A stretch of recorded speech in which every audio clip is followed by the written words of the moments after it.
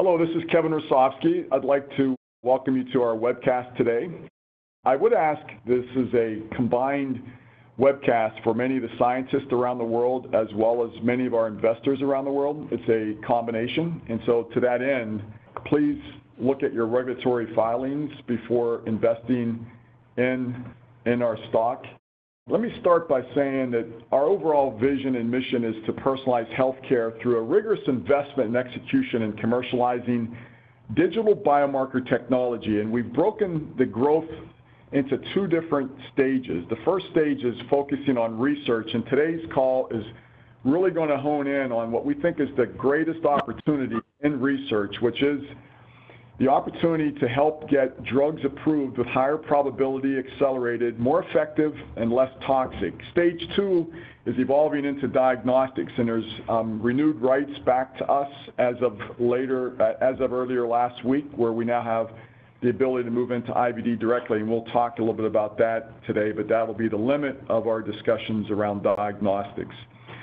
So from an agenda standpoint, we're going to start with me describing how biomarkers can disrupt drug development, and then we're going to describe our growth and execution in pharma services.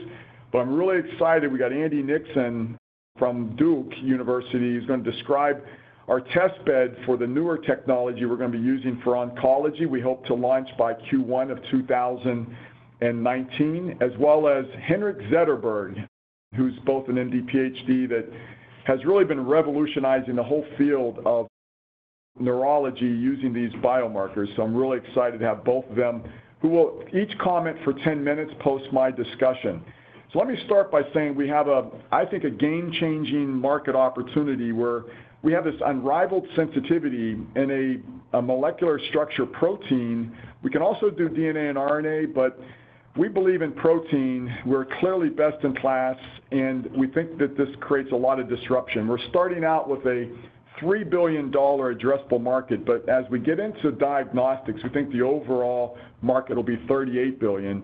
And we do think, again, we've got the holy grail of being able to do it with proteins where we're starting, but ultimately also with DNA and RNA without using PCR to create the amplification, and eliminates a lot of the issues with using DNA and RNA. But the most important part of our overall quest is to make sure we're validating the technology before we move into diagnostics. There's been a lot of companies that claim they can do things, and we really want to use the scientific community, and we actually independently founded a summit called Powering Precision Health to further validate through a lot of peer-reviewed publications and presentations the technology. And right now, 23 of the top 25 are now using with what I consider to be one of the fastest adoption cycles I've ever seen in pharma. And there's been well over 800 phase 1, 2, 3 trials, drug trials using our biomarkers. And we now have over 250 pubs, of which they're accelerating almost a pub a day, which is a really remarkable achievement as we look into the second half. This is a very strong, what we call razor blade model. We have a menu of consumables that actually go onto these decentralized instruments that we were able to perfect with $150 million of investment. And these instruments, there's now nearly 250 of them worldwide that are consuming these menu kits, which is a great way to grow companies because you see a lot of visibility. And we also are starting in research. We're going to talk about that. There's no regulatory reimbursement risk there. We feel it's a much better place for investors to grow valuations with us without us creating too much risk and creating any kind of surprises that are not positive. But I also say we got a proven board, a proven management team, a proven founder that founded Illumina, as well as some of the most marquee investors that have been with us and following us in other companies that we've run for 15 years. So we're pretty excited about this slide and the way we're evolving.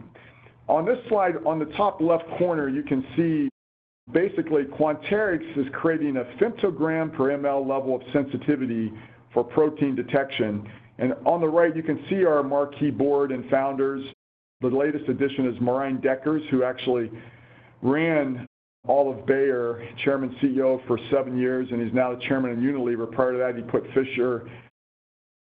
Thermo Fisher together. So he's a very seasoned veteran that's been really a productive addition to our board, plus he's a major investor.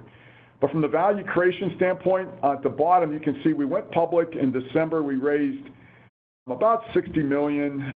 And the first half of this year, we still had $60 million left. And we're projecting by the time we cross over to cash flow positive at the end of 2019, we're still going to have north of $20 million. So we feel very good. We are 7.5 times oversubscribed. Fidelity and T. Rowe are our two largest investors. And we have raised over $150 million, of which 30 of it was non-dilutive raises from some of our diagnostic partners during that the last 3-4 years.